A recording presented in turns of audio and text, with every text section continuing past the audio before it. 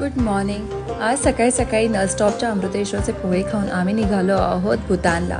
आमची सकाळी 6ची फ्लाईट होती पुणे टू बागडोगरा. बागडोगरावरून बाय रोड आम्ही पोहोचलो जयगाव इन वेस्ट बेंगॉल. तिथे जाईपर्यंत आमचे 3.5 तास गेले. जयगावमधून तुम्ही बाय रोड भूतान एंटर करू शकता. त्या व्यतिरिक्त तुम्ही आसाम साईडनेही जाऊ शकता और डायरेक्ट फ्लाईटही घेऊ शकता टू पारो.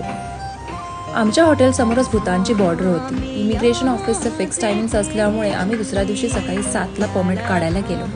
ऑफ सीझन असल्यामुळे अजिबात गर्दी नव्हती. लॉकडाऊननंतर भूतान गव्हर्नमेंटने STF म्हणजे sustainable development fee that is ₹1200 per night असे इंडियन्सला लागू केले आहे. त्या व्यतिरिक्त गाईडही कंपल्सरी आहे. जयगाववरून आपण भूतान साईडच्या शहरात म्हणजे फ्युचलिंगला पोहोचतो. By the way, Indian currency is equivalent to Bhutan currency.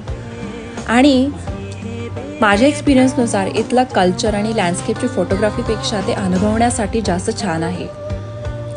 तिथले local cuisine, suja that is butter tea आणि इमादाची डिशेस नक्की ट्राय करा with local fruits as well. हा होता आमचा पहिला दिवस भूतानचा. भेटूयात नेक्स्ट व्लॉगमध्ये.